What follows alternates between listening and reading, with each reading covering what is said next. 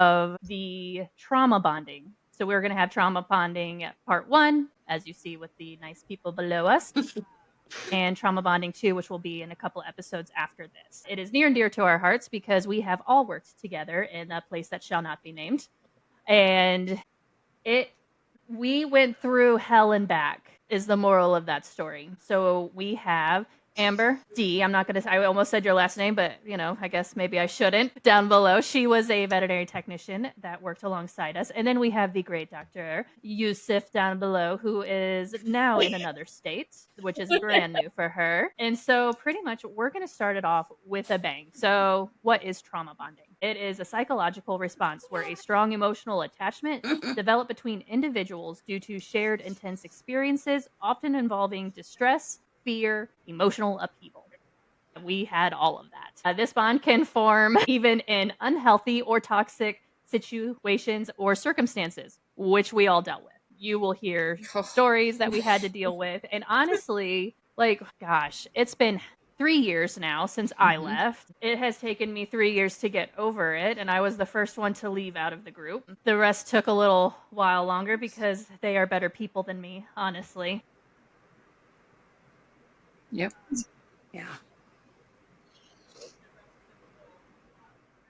And by leaving, I meant that I ran away. I ran away from my problems thinking that I could just continue to shove it down. That was, in fact, I don't think that's it at all. Mental No. health became a big priority for me, and that place was not it for me. So, go ahead.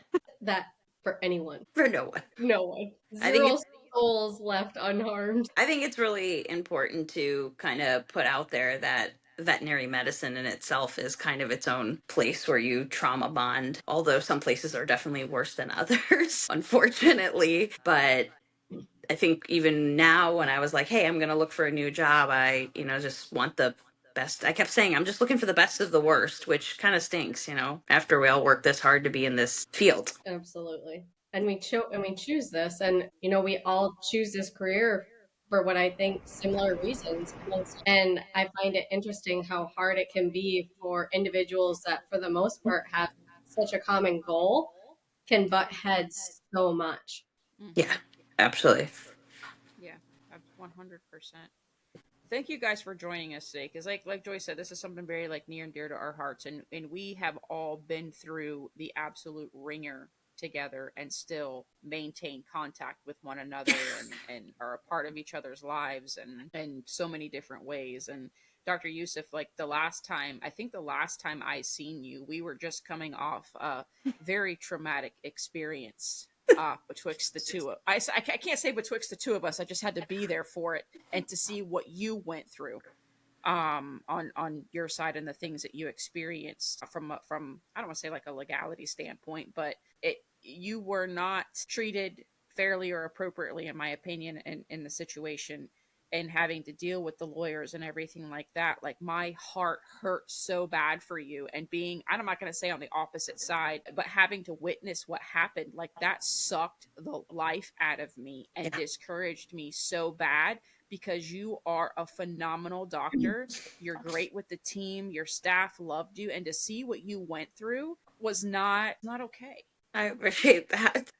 You know what I mean? Yeah, it sucked because I feel like she who shall not be named really, had taken advantage of a poor situation that I was in before this and knew how desperate I was to escape that and painted a really, pretty rosy picture, and then was not really able to fulfill any of that. I think that as we talk about this place that we were all at, I think that the concept and the idea was definitely in the right place and the right part of the heart, but the execution was just, it was very poor. Exactly what you said. And I think that honestly, that what was promised to us, almost all of us, I think, were pretty much at a turning point in our career where we were ready to say, maybe that med isn't even for us. And then we were promised, life is going to be better over here.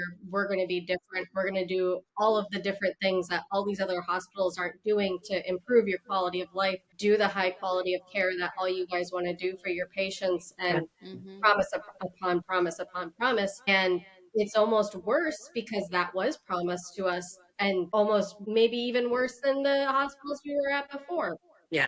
I think it's just a different level. And I'll never forget when I was outside on the phone talking to the owner of this place. And, she said, "Hey, I'm just collecting a bunch of misfits for the Island of Misfit Toys here." And I was like, that feels nice. I like that. I know that kind of might sound weird. And I was like, yeah, okay, yeah, let's do this because veterinary medicine's become very corporate, and so a lot of us didn't really want to kind of dip our toes into that and wanted to go towards the more private ownership route. And so I was like, all right, yeah, let's do this. But yeah, it fell pretty short. It did. And like coming aboard there, like Amber said, I was done with veterinary medicine. I didn't want to do it anymore. But so many promises, this bright, shiny, new, beautiful facility. Yeah. I mean, let us care for you so you can care for them. Yeah. The grass is greener on this side because we're gonna water it and we're gonna water you. Mhm. And like you said, it fell phenomenally short of those expectations because I think there were intentions on some of the leadership's part to take care of the staff, to nurture us, to support us, to be there, but it came with fine print. Oh yeah. Like fine print, you need a fucking magnifying glass for. Like that. No Was, one, I no didn't one sign did. up for that. You know what I mean? And No one. no one did. But the So I mean, it promises was. were anywhere from like as little as, oh, we're going to care for your knees by making the floors rubber, all the way up to the minimum salary a technician here will make will be 50 grand a year. Yeah, yeah. Which again, love all of that, but you have to have a way to execute. Right. And yeah, it's not something that could not have been done. It Yeah. could have, but again, the execution, the planning and the execution should have been done Yeah. in there's so many different ways and so many different aspects and different departments that were brought on where the planning and execution was not appropriate, and it was ultimately led to the demise of the entire practice. I think also too, one of the biggest issues that I found is that all the people that were brought in and could help a lot, you guys are definitely included in this. It was like anybody who would try to make a difference or tell the owner, hey, this may not be it, because I think as an owner or somebody in charge, that's what you need. You need somebody. You don't need yes men. You need somebody to be like, listen, I think that's a great idea, but we got to reel it in here, fix X, Y, and Z. And so any person that was there to say, hey, maybe this isn't the best idea, those people disappeared. They just kept like evaporating. Yep. And she also would hyper focus on one single person and think that that single person would be the fixer of all the hospital and all of its problems. Yeah, yeah. I remember when another manager, a male individual manager, came in, and I just remember her talking about him. And he is a wonderful guy. Like I do, I don't know if he'll be on here or not, but he painted him as the answer to all of our problems. It's a Mother Teresa situation. Like it was, and he's great. Don't get me wrong, but he's still one human. And I feel like he had no idea what he was walking into. He didn't. No. Yeah, yeah. And that stinks because he moved a far way too. Oh yeah. Yeah. He moved across the country for the job. He was set up for failure from conversation number one. Yeah. Yeah. And I also kind of like feel, I guess I want to say this, like I know that this person who owns this place has gone through mental health things. And I know that's a big problem in veterinary medicine, but you have to be a part of the solution if you're going to try to be a leader in the industry. You can't open up a hospital if you don't have you together. Exactly. It's not going to work. Yeah. Agreed. Or at least willing to get better or Yeah. work on getting better, not just continue Yeah. circling and going down the drain.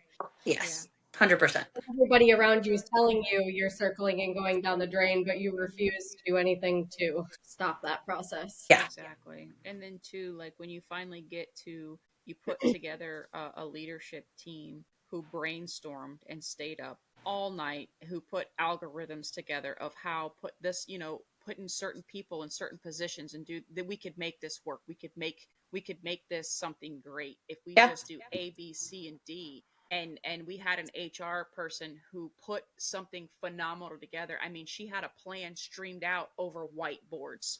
She stayed up all night. This is what we can do. And immediately shut it down. Like, no, that's not going to work.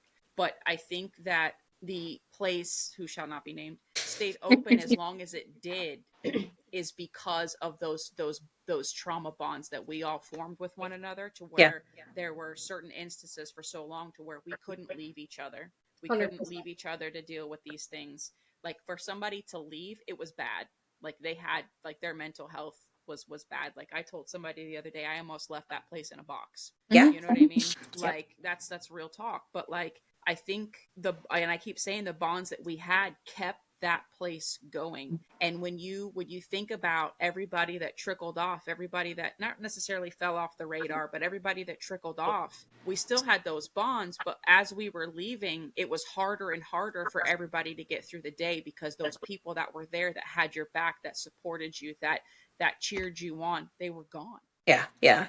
I mean, it was like, standing and watching your ship sink, and you're like, I know it's sinking, but I just put so much into this that I'm not sure that I can let it go. And that was really the hardest thing for me. I think I still, in a lot of places where I've left, aside from the one that we're currently talking about, I've had that same experience. It's just like, well, I don't want to leave you. And then, after a while, for my first, but as I've grown, I've realized, like, no, we got to get out of here. And so if somebody's the first person to take that step and be like, bro, listen, it may not be perfect where I'm going, but I can tell you it's better, or I can tell you it's better over here. That's the most important thing. Yeah. And, like, Amber, you and I have had these conversations, like, as a practice manager. I mean, we've sat in the office and you've talked to me about how you felt about, I don't know if I should leave. And I've literally looked you in the face as your practice manager. And Yeah, well, and you know that there was a lot of other personal things going on with me during that time too. About 2 weeks before I finally said okay and leave, my mom passed away very unexpectedly. So it's just like something to that magnitude, like, teaches you life is short and you don't deserve to be unhappy one more moment. And it just kind of helps push you to make those kind of decisions sometimes. And I'm happy to, I mean, depending on where you want to go, during this conversation, I am happy to share the horror stories so people can truly understand. Yeah. And this is when you had first started internal medicine. And I don't think they realized then that we were already talking, even though we worked in a very small room together. And you were like, Joyce, you have this issue? Why didn't you talk to me? Why did the manager have to pull me aside? And I'm like, what the fuck? I didn't say any of that. I would have said it to your face. Yeah. We So literally worked those pockets all day. Yeah. Small room. And so, like, that was like the first red flag that I was like, huh, okay. I was like, interesting. You can always go back and, like, be and think. Definitely after this experience, I went back and was like, those are just flags everywhere. I don't know, but in the time, I just wanted it to work so bad that I was like, on paper, it was a beautiful practice. Yes. Like, there was, okay, Allie Dog, you just have to choose a bone. It was a beautiful practice, but there should have been a fucking pirate flag out front. That's kind of hilarious, because I had a manager bring me into their office and say, I heard you were bad mouthing me. Literally, no one else in the office, close the door, no, like, buffer zone, nothing. Oh, that's inappropriate. Yeah, and they're like, if you have something to say, you can say it to my face. If I felt comfortable enough to talk to you, I would. There's a particular male manager who decided to leave love notes on an employee's car and become very inappropriate towards said employee. I warned the owner about that manager, and she did not listen. And she was like, I don't understand why you guys don't get along. And I was like, I don't understand why you don't understand. Yeah, because he is a pig. We treat small animals here. We don't deal with swine. That's why we don't get along. Correct. Sorry. Horrible. No, but Or swine. You give them a bad name. I know. Well, hello. So, yeah. Yeah, it just was not a good I situation. will say, out of all of the negatives, I think that we can all agree, if it wasn't for that place, we wouldn't have met each other. And I know that Correct. I have gained some serious long life friends that I will Mm-hmm. forever be in contact with. And I have been in a situation where I was at a clinic where there was no trauma bonding, but there was very much trauma. Mm-hmm. And I will say I left that clinic even more mentally, yes, The family mentally shift. unstable than when I left Yeah. the clinic that we are not naming. Yeah. So having that bonding with other employees, even though it's not a good situation, definitely helps Yeah. Well, get you know, through. it's just like normal to, I think, to be like, oh, it's us versus the man, in any job. But when in this type of situation, there's really no other way to get through it. I mean, and you know what, and not even just on a like, hey, this is this exact situation that we're talking about, but just on a regular day, I'm going through things, and maybe I'm going seeing patients, and these owners are being horrible, and it's just you and your staff in the back bonding over how how Yeah. horrible these people are. And I think that's really the sad part, is that is the entire part of veterinary medicine. And I'm not saying there's Well, not other places too, but yeah, I was gonna say, I was like, you deal with so many ups and downs in vet med, so you rely on your people, and Mhm. then just sometimes there's more that happens. Yeah. That's why I kind of hate where there's been places where they're like, no negativity, da da da, like veterinary emergency group is just a little bit too happy, and we need to be positive all the time. So for me, I wouldn't I make it there. yeah, like I'm like, this is how I survive. But if you just shove, like, there is toxic positivity, and I Yeah. can't survive like that. You can't just keep shoving that down my throat, because the truth is that right now, especially in the past few years, people suck. Humans Hmm. Mm-hmm. just suck. The owners that come in are unrealistic. The economy has made it very high pressure situation, and nobody is prepared. And I think some of the owners that we dealt with in particular, unfortunately, we weren't in a wealthier area. And I didn't realize that until I moved around even a little bit more. Like, even though I've only been in this area for 2 weeks, the area I'm in is very affluent. And the way that people act is, I'm not saying they're still not ratchet people, but Yeah, it's a little less extreme. So this is a Yeah. different that's type gotta of be rat. so refreshing. Different type of ratchet. Well, Yeah. it's You got your it's gone from ratchet to entitlement, but here we are. Here we are. Yeah. you got ratchet Karens. Yes, yeah, Well, yes. Ratchet So, Karens. but I and love that. I remember the place that shall not be named would always say, assume positive intent. When the whole situation was negative, where can I find the positivity? Positive intent. yeah. Where is it? Where Highlight it for I me. am digging and it's Yeah. nowhere to be found. The day that I had to terminate the entire surgical department, where the was the positive intent? I Yeah. would like to know. Yeah. Where? I positively More intended to income, help you find employment elsewhere, Yeah. but more income for the top person, I guess. Maybe that's your positive intent. And I feel like there's a lot of blame to be had in a lot of different people. There was that part owner, right, male, mhm, who was supposed to keep a rein on that. And the truth is that he was not, excuse me, ma'am. The truth is that he was not keeping her in check either, which is shocking, because he's a business investor, and keeping her in check is, He couldn't. well, I was gonna say, like, he had come down before I put my notice, uh-huh. and I told him, I was like, I want to talk to you. Yeah. And him and I met away from the place. I think it was at like a Starbucks or something. And we Uh-huh. sat down and had a very frank conversation. I was like, I'm getting ready Interesting. to leave and leave the whole department, everything. And I came specifically with this person, Yeah. and I will leave because of X, Y, and Z. Gave him all the examples. And he was like, he's like, I can't do anything. He's like, literally, my hands are tied. I have tried. Interesting. And I was like, cool.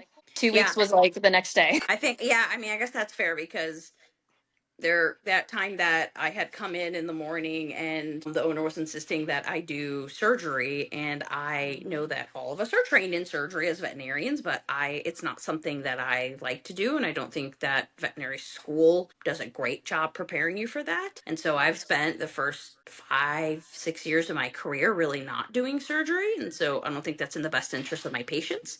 I know my lane and I know what I'm good at, and that's just not it. And to be kind of like berated for an hour about how I promised how I would learn to do surgery um, With a surgeon. with a surgeon. Yes.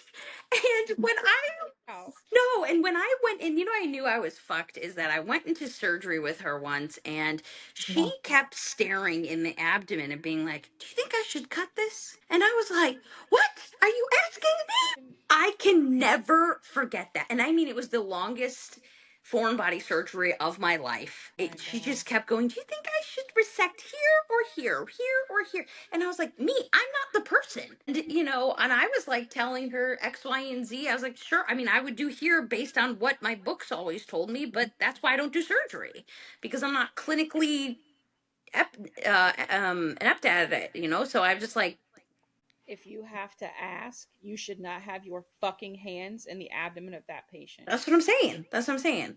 And that's why I was like, how is this person going to say that they're going to teach me? And then unfortunately, the other doctor, one of them that's a very good friend of mine now, and you guys could have her on this podcast and I'm sure have stories for days. She was the one that was supposed to teach me surgery, but she had gotten in there earlier and seen some of the ugly earlier, and so she was like, not peace. So good for her. And I just also say I very much applaud you as a doctor for being able to say, I know I will not help this animal. It Yeah. is not my position to be doing this. Yeah. Not very many doctors would stand up for themselves and for their patients in doing that. And I have always said I very much applauded you for that situation and how you reacted to it. I appreciate that. It did not feel good in the moment. I felt like a failure. Yeah. You shouldn't though. You were put in a situation that you should not have been put in, and that's if you look up the word trauma, that situation would be right, you know what I mean? Right Yeah. there to explain it all. I'll never forget. She was like, "Well, what's the worst that can happen? We'll just have to recut him." And I'm like, "This The isn't." patient could die. The thing is that she, I think, used money to throw at everything, to make and just recut him. We can just hospitalize him another day for free. We can just blah blah blah, and No. that doesn't fix me not being able to sleep at night. It does not. Yeah, and if I screwed it up the first time, why am I going back in there and cutting it the second time? No. Exactly. And that I could not imagine how you felt in that moment, or how did you cope? I don't necessarily say cope, but I mean, I guess that's the best word that I could come up with to see how did you deal with that situation? Like, how did it affect you? It was bad. It was very bad. I mean, I definitely, sadly, the same way I cope with everything. I go and trauma bond with my other, vet friends, which is the only way to it. Because if I come home, I love my husband to death, but he's kind of Bob Marley in a little revamp, and he's like, "Everything's gonna be okay, don't worry." And I'm like, "Yes, I love you, I appreciate you, but it's not." So he doesn't he doesn't quite understand. So a very big group of females that I have that are veterinarians that I have been basically trauma bonding. People who have been abused by their mentors, their mentees, or excuse me, their mentors and their upper management, things like that. So that's how I dealt with that. I called them, but I had no choices at that time because I broke ties with my previous company that is a big conglomerate, and I was suing them, and that was the best money I ever spent in my life. But I was kind of stuck in the place that I was, and I was like, you know what, I'm just gonna have to try to make the best of this. And I tried to talk to that additional owner, the male owner, and I know that he couldn't get through to her. I wish he would have stood up more and said something. Even in the moment, I really wish he would have. I wish he would have been more present, because when I took over, as well, necessarily took over, but they created that position for me for practice manager. When I stepped into that role, I did not have his support in anything. Yeah. Yeah. When this is going on, that's going on, he wouldn't answer emails or phone calls. And I mean, I fought for a refund for a patient for something that was screwed up that should have been resolved with the patient. And then we dealt with there was, as an owner, you should have had some kind of presence at least quarterly to come down and check in with the staff. How's it going? What are we doing? What are your concerns? What are changes that need to occur? Things like that. And that just, it didn't happen. And I understand a co-ownership, but you have your good cop, you have your bad cop, but you have to check in. I don't care how much a percentage of shares or stocks you own or percentage of the company or whatever, you need to check in, because it's an investment, one, and two, these people are in your care. As an owner, as a manager, these people are in your care, and it is your responsibility to make sure that they are okay, not just from a financial standpoint, not just from the benefits and working environment, as human beings. I tell my staff all the time, you are a human being before you are an employee. And I need you to understand that. And I, as your practice You're manager, like I'm here to nurture 1%. you. Yeah, I know. Like literally, you're the 1% that's doing it. Yeah. And I almost wonder, like, how bad did she treat him to make him step back so far? Sure. Yeah. I'm sure he has his own trauma. What did she do to him? Because I do remember, at least when I first started, I feel like he was a little bit more hands-on More He was in present. the More beginning. present. Yeah. Yeah. than like towards like when, especially when you're saying, Amber, you came on, he was not at all. So I wonder, like, what occurred between those two for him to basically just say, give up. Yeah. Yeah. Yeah. I think it's probably a very tough situation for him as well. And I think that's something else kind of that bothered me in the whole situation. There was a lot of sexual harassment, I guess, if you will, occurring. I mean, and I'm not talking about the jokes that we all do to survive. Yeah, I was like, it was Part of another it. level. No, Yeah, like that was also just completely inappropriate, having the owner involved with a technician that I think they were involved before, but then that technician shouldn't have been put into a position of power. I mean, just like Nope. the optics of all of it is just insane. Yeah. Yeah. And and then for it to go further with other technicians and just those that are very passive with somebody who's very aggressive, I mean, and in a position of power, that was tough to watch. You can't, somebody who's passive and they're like, no, everything's fine. I mean, what are you supposed to do? They have to declare for themselves. So it's Yeah.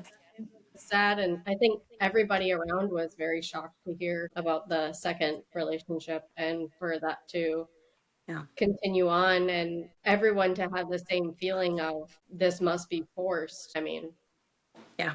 it's quite sad. I think probably the even bigger moment for me than the surgery situation, and there were so many micro moments, if you will, but the bigger moment was when I first came on board, I was told that I would only have to work weekends for a set amount of time, and I said, okay, I'll take one for the team because this is a new place and I believe in what we're doing, and that's understandable, but it has to be a certain amount of time, and that time turned into over a year and a half. And then when I started to be like, hey, what's going on? You need to get me off of this. This is detrimental to my mental health at this point because a lot of activities as a human are on weekends. And, I was told that obviously I need ADA accommodations because of my anxiety. And I was kind of, just thrown under the bus. I almost fell out of my chair. Yeah. Yeah. Because I had literally was sitting in on some of those conversations just to sit there. I had not been completely briefed on what was going on. Yeah. And when the ADA accommodations for your anxiety and your, your mental health, quality of life and things like that, to get off of weekends, I literally almost fell out of my chair. I was like, what in the literal? And the way it was going about it was sounding like basically they wanted me to file ADA accommodation so they have a reason to fire me because I wouldn't have been able to fulfill the duties or whatnot. So, at that point I was like, I ain't playing with y'all. But you didn't have a contract that said you would work X, Y, and Z, right? No. It Yeah. was not. It was That's not. what I was like, Limited to make sure. weekends. She did try to put something to that effect in the initial and I can't remember exactly what it was, but I was like, I'm not signing it with that in there. I was like, that is not, you know. She said, oh yeah, that's smart. I was like, okay. How about that's more than I'm not I saying? don't know. You know, they were always very transparent. That's what they preached the most, I feel like. Yeah. Transparent bullshit. The It was most manipulative. place I have been. Yeah. And it was all like the things that were, it was like manipulate. It's transparent, but it was put to you in such a way, and it was a mind. Oh yeah. Oh yes. Oh, there's gaslighting all day. Right. All You day. walked out of that admin All day. building across the parking lot, and you're like, did that just happen? Yeah. Did that, like, literally, like, you have to take a moment, and you're like, did okay, just keep walking. The days that ensued, it's like we just wondered each day what was going to possibly occur. I spent so much time on the phone with management during the weekends because I was like, well, they say I can do this, but can I do this? Should I do this? Do I do I take in this 18th block cat? For no For free. For For free. Or if I don't and I euthanize it because it probably is very sick or whatnot, and that's how I used to live. I used to go, okay, should I call them and ask them if I can take in this block cat for free, which I know is a bad idea for the cat because the cat's, not doing great and then it's going to be bad for us. Or should I risk the wrath of this owner finding out that I euthanized an animal, which is well within my right as a veterinarian, due to how severe its sickness was? And that's how I kind of lived every case. And it was so stressful. That's so inappropriate. But let that be a dog. Sorry? I said, but let that be a dog. Oh, I know. It wasn't for the dog. Oh, Jesus. It wasn't for the dogs. Sorry, I got a cat. I have a nice old cat. Now I have my nurses said, get the kitten. They said it'll be great. Here it is. He said, da, da, da, da, look at me. But it was, that's how I used to live every piece of my life. And then also it'd be like, my favorites were when I get to consult with my internist because I need them. And we would talk, and then the owner would be like, hey, I know that the first internist told you to do this, and the second one told you to also do this, but I'm just going to say I don't think you should do this. And then, like, shit talk the internist for 25 minutes on the phone, and I'd be like, okay. And then I would still do what I was supposed to do medically, and she'd be like, well, I just don't believe in doing that. I'm like, well, I do. So my favorite thing was regling after surgery. I used to do it. I used to put the animals on it, she would come on and take it off, and I was like, oh yeah, and I put them back on it. I'm not playing with you, don't try me. Yeah. I would leave her papers. Leave her papers. Were you the doctor that she refused to round towards the end? Like she just wouldn't, just left her shift, didn't talk to the other veterinarian. I don't know. Who's that? There was one doctor where Was she... the relief doctor? I'm not sure. I honestly can't remember, but I remember towards the end there was one where she wouldn't even talk to anymore. Just left. Weird, because she probably employed them, right? Probably. And they disagreed with something. Yeah. Right. They weren't on the crazy train. Yeah, They made her upset. Also, another great story when her book, she had a book and it broke. And it was like there were pages everywhere. Like it fell off the counter and they were all everywhere. And I went out, the horrible person I am, and bought a new book and gave it to her as a present. I said, hey, this one's looking kind of rough. Here's your book. Here's a new book. And she lost her shit. She was like, how could you break the other book? How could you get rid of the other book? And I was like, well, I mean, I still have it, but it's in like 54 pieces. And I was like, and I didn't, it was just there. And it was like a 3-day thing about how, I mean, like, I just can't believe that you would do that. And I was like, what? And I think that speaks to the mental health, the mental state that this person was in. Yeah. And how disheveled and the hoarding of the cats. Oh my God. Owner surrenders were trying to help the cats. I get that. But it became a hoarding, literally like a hoarding situation. Yeah. We had to get a building next door to house the cats. You know what I mean? And Oh, that was just not a nice how building. disheveled and unkempt this person was as an individual. Yeah. You know what I mean? And I think that had to have been traumatic for you as well, to do a nice gesture and just to have someone berate you for 3 days. Like, what kind of shit is that? And I knew that this person really needed help, like mentally. There was just, again, you can't, that person has to do it themselves. Mm-hmm. So there's nothing I can do about it. And unfortunately, that person's my boss. Um, yeah. So the only really thing I got some good peoples out of there, and the money wasn't terrible. Besides that, sadly, I just learned another sad veterinary medicine lesson. 100%, 100%. Good. And I was all gonna of say, did it help you guide like where the place that you're at now that you just started? And like it did for me because I was like, oh, I recognize these patterns. I'm not going to go here. I recognize these patterns right away. I'm not even going to talk to this person anymore for a job interview. I'm right. like, ooh, no. I was looking at places, and there's a couple places up here I started looking at, and there was places where I recognized immediately. I was like, oh no, nope, nope, Yeah. nope. Like places that were owned by two male surgeons, and they're just winging it with internal medicine. We don't really need a criticalist, or we don't really need this. We can do it ourselves. And I was like, nope, nope, nope, I'm out. Like that's just Mhm. not my level. I like to be in my ivory tower, and I'm gonna live in it. So that's There fine. you go. As you should. As Yeah, you so and should. that's my boundaries. Like I have realized that I don't want to be uncomfortable or unhappy. I won't be working at any urgent vets. I've done that. I want to work at the highest level of medicine and have all the things available to me and have colleagues that also want to do that. And so I put up my boundaries Good. right away when I go on interviews. They're like, "Do you do any surgery?" I'm like, "No."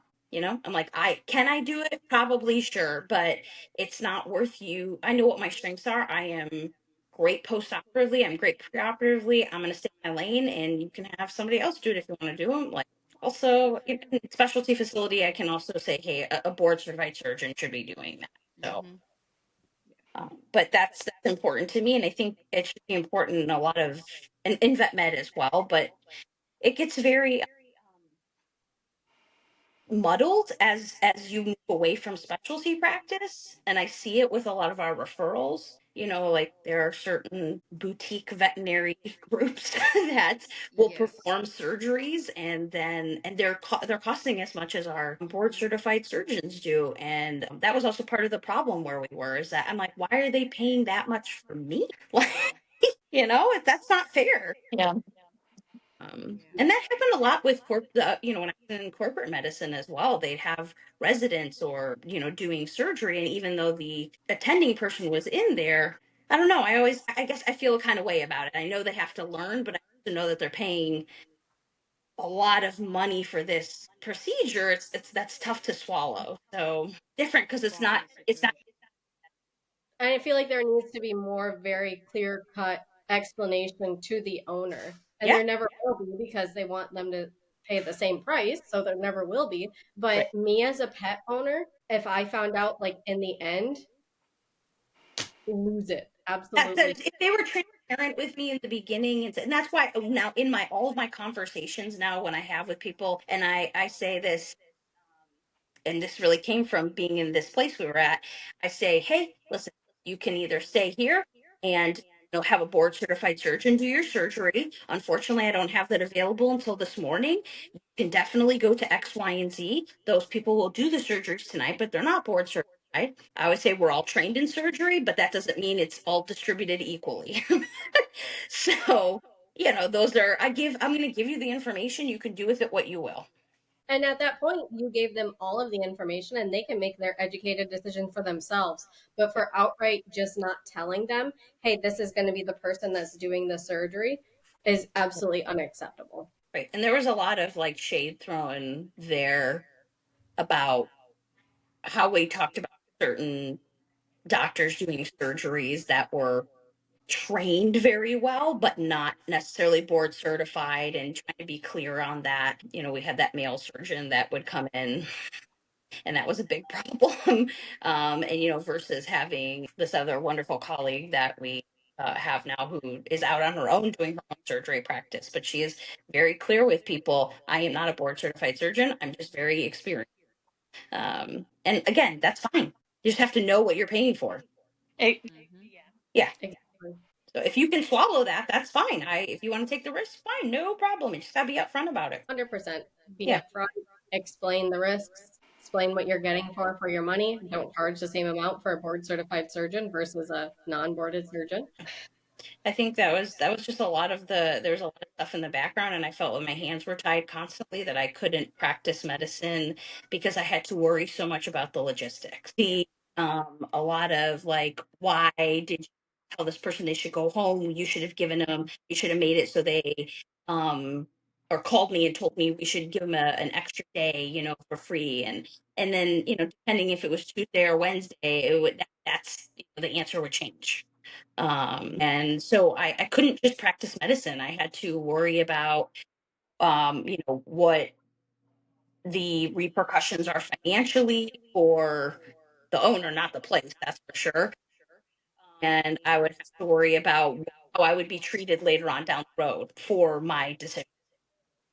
Yeah. You And shouldn't have to take acting, into account your plan for your patient, the mental stability of your boss. Yes. no. Yeah. Yes. My plan for my patient was on the mental stability of my boss. It is a perfect way to put it. I have had to worry about ramifications of a carefully thought out and planned treatment plan, Yeah. especially when you are collaborating with internists and very well qualified surgeons, Yeah. and you all get told how wrong you were and you should have did A, B, C, and D. You fucked this up. You cost us this money. You did this. You did that, and then you're like the black sheep for 6 months. Yeah, yeah. And there were times that there were things being done that were just not acceptable. Like, I'm sorry, but and I know that there are things that primary care vets do all the time, or old school vets do all the time, like using Whirlpool solution, like Yeah. in urinary obstruction cats. That is like, I mean, it's like putting acid in somebody's urethra. And I mean, I got my butt chewed out so many times for not doing that. And I was like, I'm not doing it. I was like, if you want to do it, you can do it, and I will put it on your name in my record that you used it. But I am not going to do it. So yeah, but I definitely suffered for it emotionally, like down, the next day or that evening or whatever, about, hey, I didn't do X, Y, or Z. But I hope so. At least I know, like, for the patients that I stuck up for as a technician, yeah, I think it's definitely, sorry, cat, definitely played a big part, because I now feel like, I mean, and in the most simple part of it, I've lost my fucks. Like, I'm like, I don't care that you are upset about this. I am good at what I do, and I know that this is the answer. I know that it is backed by peer-reviewed articles. And so just because you're throwing a fit about it, that's okay. You can throw a fit about it. But I'm not back down. And so it's made me stronger, I guess, but it wasn't. agreed.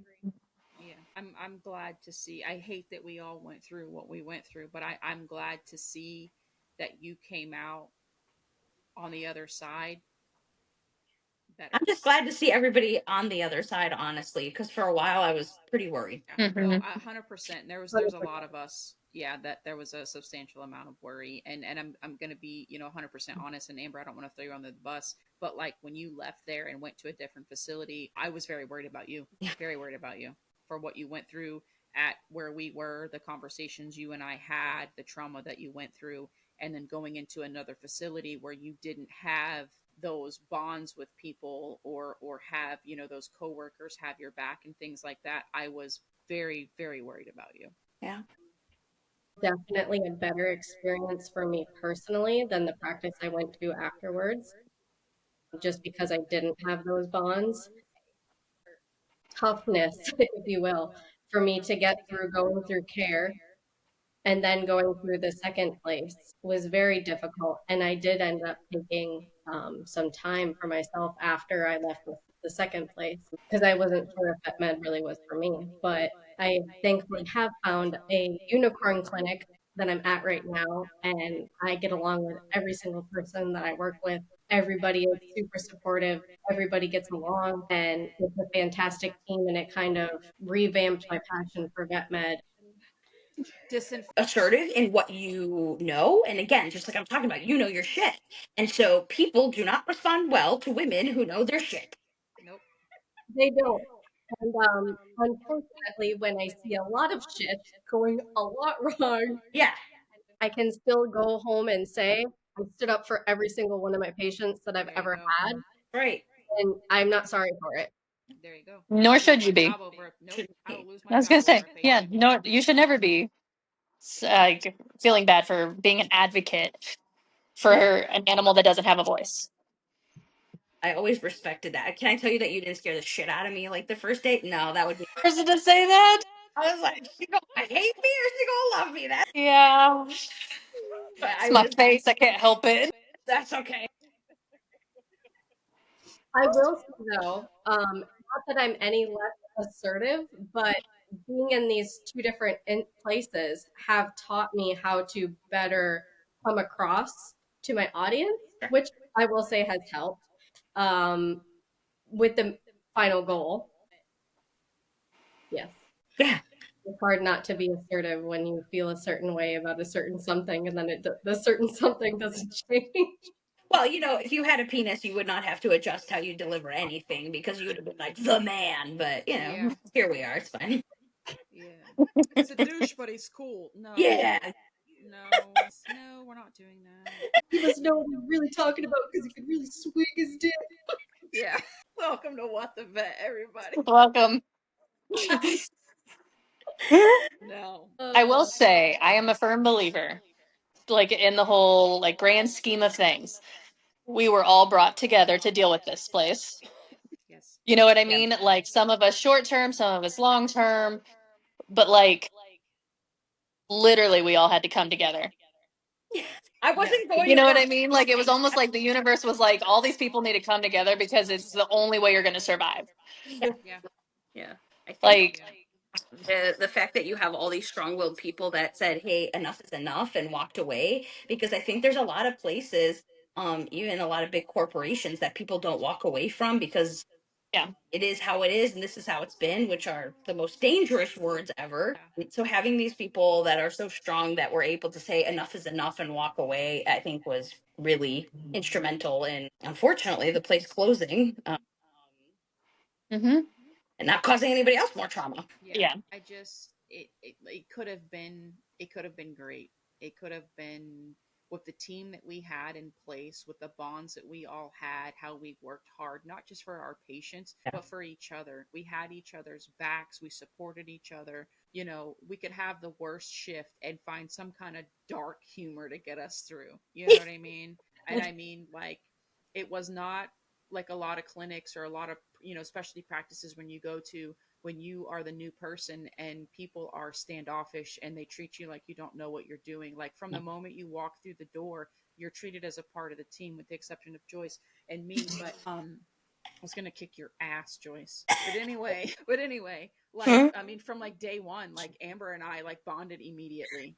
You Yeah. know what I mean? Like Yeah. we would eat our breakfast during rounds, and she would make me, what was it, pot roast for lunch. Like it was like we took care of each other. You know what I Well, mean? I walking encouraged her with her candle business, and like, like we took care of each other as human beings. And that place could have been different. It could have been something great. It could have set us apart from the rest of veterinary medicine. Yeah, and you know who You would know? have really made it like make sense financially is W. That person is like, she did so much with finances and tried to keep the owner in check. Like, I think she could have made it work. She's like, I can make it work. You just have to stop lying about everything. And she's like, hey, I can say, like, hey, you can get these 5 animals per month to take care of or whatever. So there's a way to make it happen, but also still stay open. Exactly. Mm-hmm. But you just got to listen. You have to be open. You have to understand that you don't know more than everybody else. and You have to welcome input. it was truly like one big clinic family, at least that I felt. Sure, like not Yeah. every single person got along with every single person, but for the most part, the whole clinic got along, regardless of what department you were in. And everyone was Exactly. willing to help every Everywhere. department, regardless of where they were. And I've definitely experienced where it's not that way. Well, no, that boundaries, that's your department. That's not my department. And to have that for so long across so many different turnovers should have really spoke something. And it's really sad that it wasn't able to be a success because honestly, if there just was for like maybe one or two less people involved, Yeah. One or two, it could have been great. you know, one time the owner had convinced me to stay to come back and do overnight just watching the inpatients because one of their relief had called out last minute. She said, you don't have to see any incoming patients and you The just gotta balls. keep an eye on these patients. I said, okay. I'm an idiot. So I come back. I'm not even dressed in scrubs. Okay. I'm in like some rock t-shirt and some leggings. And they leave the door open.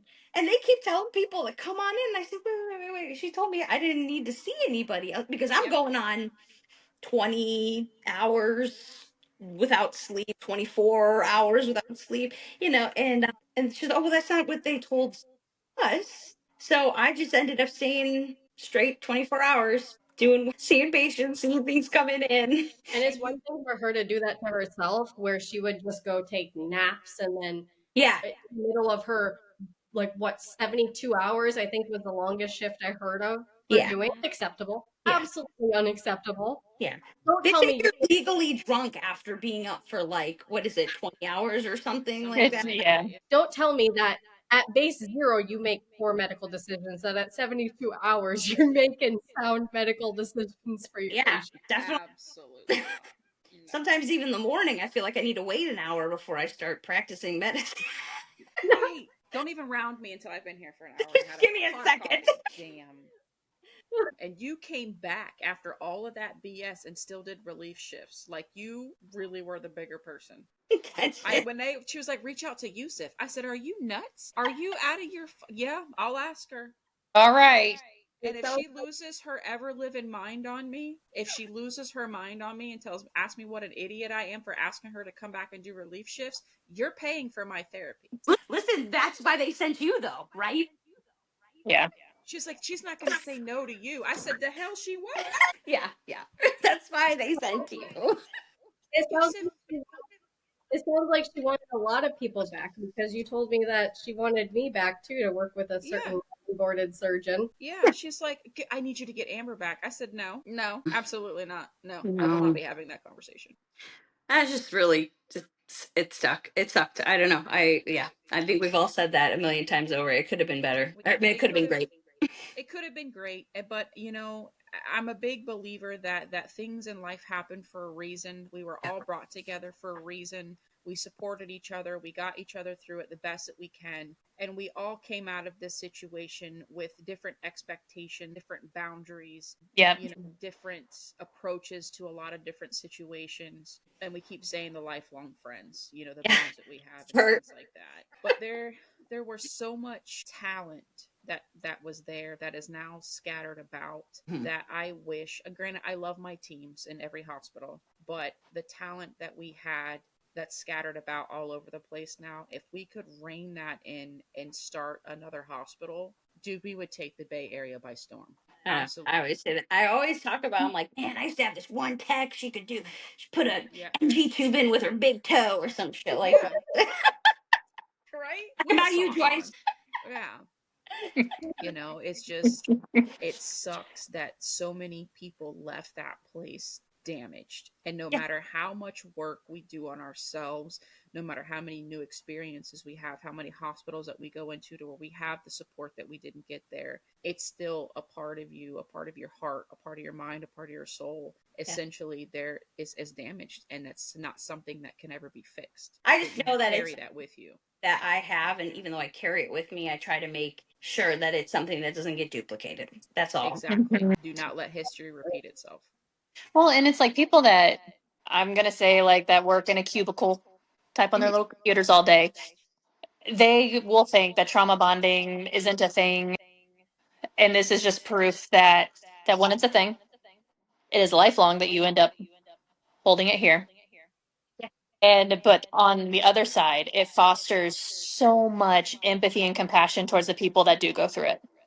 You know what I mean? Like the minute I hear somebody went through something and I'm like, dude, I got you, like try X, Y, and Z and see what that does with you. If not, I have other things that you can try. because I had to find what worked for me to help deal with my triggers that I ended up having. And it took a whole year of being out of that environment to be able to start functioning semi-normal again. Yes, it did. Fortunately, but unfortunately. Yeah. And each other, you know? Yeah. Mhm. 100%. Like, that's why I wish there was a way that we could make mental health more of a priority. Yeah. I mean, that's, all these groups that are out there, Not One More Vet and things like that. I mean, they're great. And I do appreciate what they do, but it's got to be a priority in the everyday because it's Correct. easy to forget about it. Yes. And it only brings back up when somebody unfortunately does something to cause it to come back up. That's right. Yeah. That's right. We only Yeah. talk about it when somebody. Something happened. Yep. Yeah. Yeah. No, it needs to be made a priority. I try to do that in my practices. I check in with my staff. Hey, are you okay? Do you need a day? Do you need, what can I do to help better support you? You look like you're having a bad day. Mhm. Yeah, with it today. Do you need a day off? Do you need, you know what I mean? Like, do you need somebody to talk to? Can we, Like, what do you need? what do you need? Not as an employee. Again, I keep saying it, as a human being, because you're not a piece of office equipment. Right. Because you're on the payroll. Yeah. And I think it really should be, like I always said this, it's got to be normalized for you to call, if you need to call into work, Yeah. and the reason you're calling into work is because you're having a bad mental health day, that should be enough. It shouldn't have to be, oh, I got to pretend to be sick, Nope. or, that's your day. You need to take it off for whatever reason. I mean, who wants you taking care of another life while you feel like that? Nobody. Exactly. I had a staff member call me one day and go, hey, you know what? I'm having a bad mental health day. I'm going to take the day. I'm going to go kayaking. I'm like, bro, wear sunblock. Let Yeah. me, send me your location just so we know that you're okay if we don't hear from you. And, Yeah. let me know what you need. I got you. And shit, I might come meet you at lunch. Catch me a fish to make tonight. So you have to be supportive of your people, that your people will be supportive of you. Like, it's a cycle, it's a, what does that guy say? And it's a circle. Like, you have to take care of each other. Yeah, for sure. So, but for those of our place that shall not be named, those of us that were not able to join this evening, I just want to let you all know that you have made a significant impact on, I know I can't speak for everybody else, but on myself. I have the utmost respect for you. I love you. Yeah. I wish that when I was put in a position of leadership that I could have done better for you.